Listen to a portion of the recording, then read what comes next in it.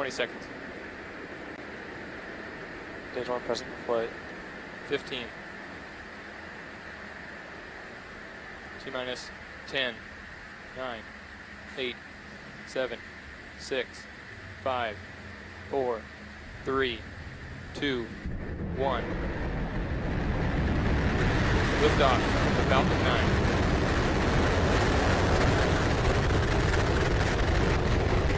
Drop AVIRC and GNC proceed to procedure 3.170 for post-launch flight operation. GC, move to section post-launch pad operations to secure the pad on Net A. Moving to post-launch pad operations.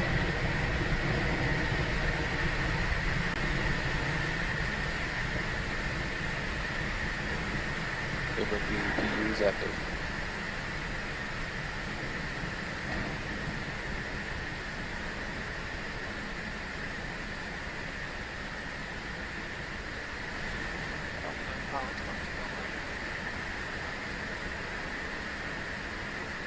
Stage 1 propulsion. Stage 1.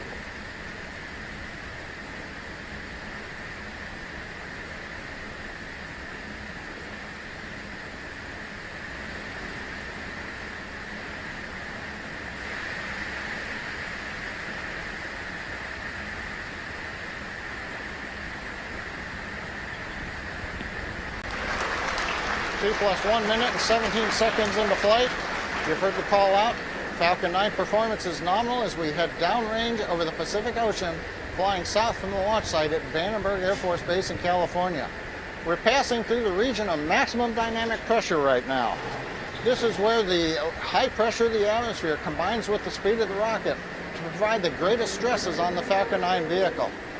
We throttle the engines down as we pass through this phase, then throttle them back up as we proceed on into orbit. The major activity coming up will be main engine cutoff at T plus 2 minutes and 25 seconds. We'll listen for that, followed shortly after by stage separation and then ignition of the second stage engine. Let's listen in as the Falcon 9 continues to head downrange, preparing for shutdown of the first stage and stage separation and ignition of the second stage.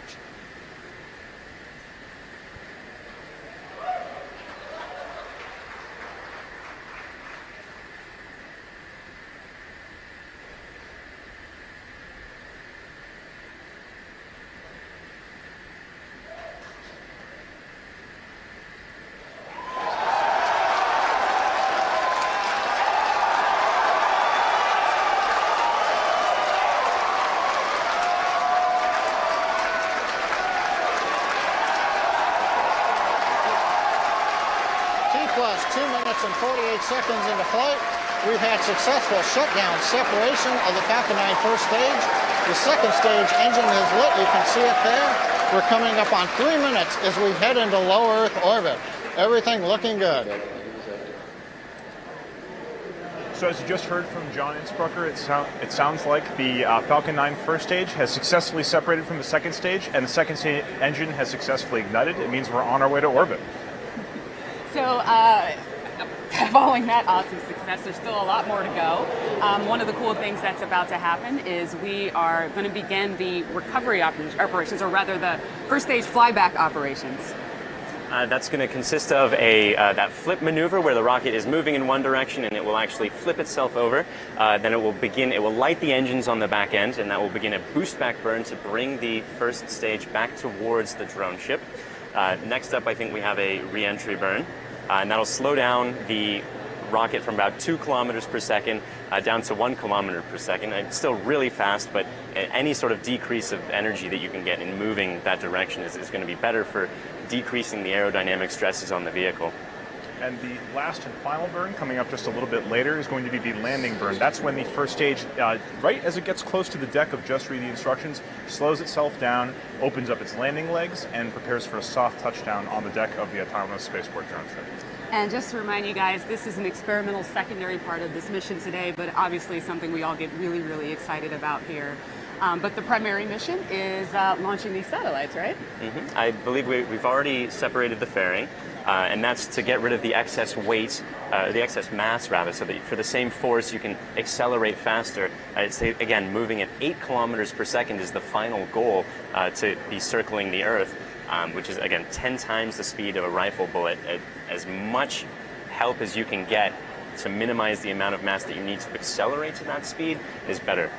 Yeah, the fairing is kind of like it's just a big windshield for the satellites. Satellites really aren't built to withstand intense aerodynamic forces because they're meant to operate inside the vacuum of space. So what we do is we lose that fairing as soon as we get out of the atmosphere, and that's where we are right now. Yes, and so, look at that. You can see that the first stage grid fins are deployed. Now those grid fins are powered by nitrogen thrusters, and they're used to actually steer and guide the rocket back down to Earth. They're useful both at high speeds when you're moving at very supersonic, and again when you're starting to move slower, but not when you're going through the transition of the speed of sound. They become less helpful. All right, we're going to go to John I. We're at T plus 5.5 minutes into the flight. Second stage continuing to head downrange as we go into what will be the first of 2 orbits, the low Earth orbit, followed by a coast phase, then a reignition of the second stage engine later on this morning to get the 10 Iridium satellites into their final orbit. Now currently you can see the nozzle. Well, you can't see the nozzle of the second stage because we're showing you the first stage right now.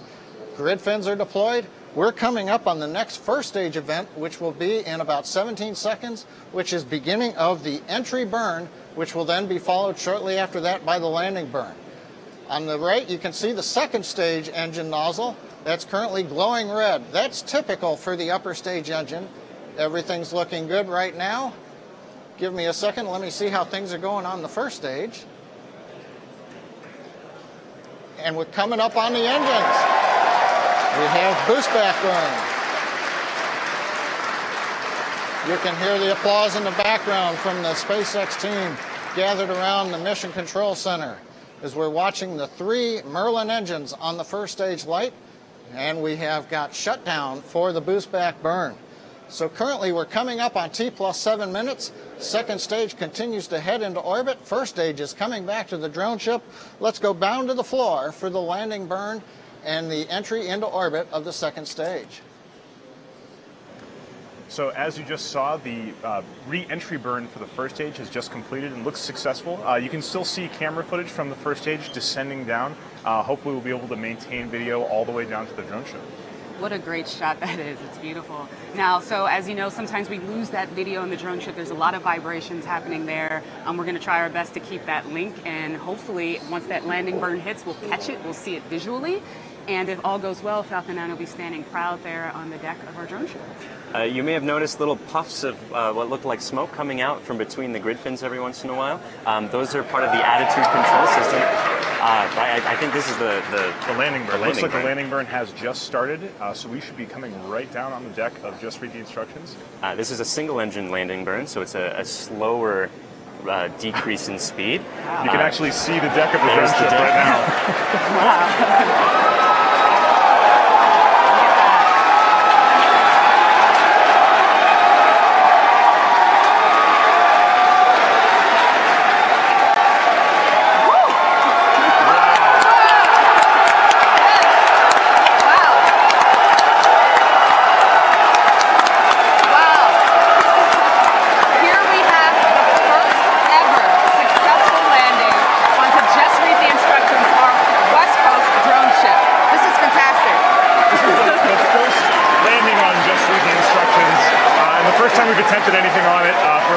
So we're all very happy. Now we have 2 drone ships that have both successfully received first stages. Wow, and we can see it the entire way there. No video cut out, so props to our team for making that work. This is fantastic. Yeah, that's standing right in the center of the X there. What an amazing view. Wow. Now, amidst all the excitement, it's important to remember this is not the primary part of the mission, the Iridium mission. Let's go up to John I to hear what the status of that is. We're at T plus 9 minutes and 14 seconds, and we have just shut down the second stage engine. Falcon 9 second stage carrying 10 Iridium satellites has gone into the parking orbit. You also heard the cheering, and you saw as we actually saw the first stage come all the way back to the drone ship. Didn't have the video dropouts like we've had in the past, so it was an amazing ride with the first stage. For the moment, we're going to pause for a second, give you the view there of the engine while we take a look at how the orbit is for the second stage.